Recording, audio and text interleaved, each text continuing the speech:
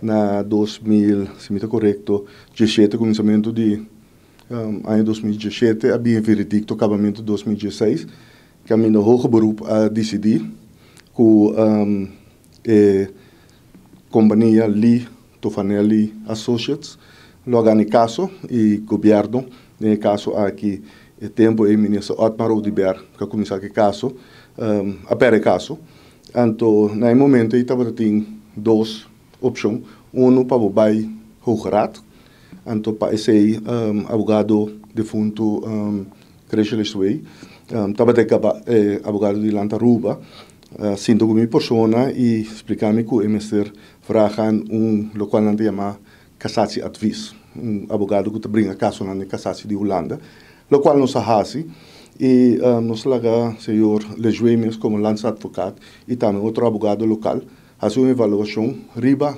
e consejo se bota vai cassatie se ou não, então não estava tem mérito para vai cassatie, então a decisão agora tomar que não siga em cassatie, porque acaba Aruba está perdendo basta placa door die caso aqui. Então, no momento, aí também assim af de verdere processamento, então começou caso novo contra o senhor Eddie Brison. Então, aí para nós vai back na ordem de dia para nós seguir esse trabalho. Tempo está tem trabalho não somente grande que nós estava basic com durante a corda reconstrução de Aruba total, pero também projeto somente grande de set que nós estava basic com nós estava em porta de eleição na março, abril. Então, nesse momento, não estava tendo nenhuma necessidade específica para começar caso de novo. Então, a decisão que nós fazíamos de vrijwaring zaak. Então, a eleição tomou lugar. Então, sou minister de assunto de turismo. Whether se está mesmo um governo novo, o ministro vai aqui que está se caso. Essa é a decisão que agora toma tempo aí. Então, lastimamente, me digo que ela dura quase 6 anos.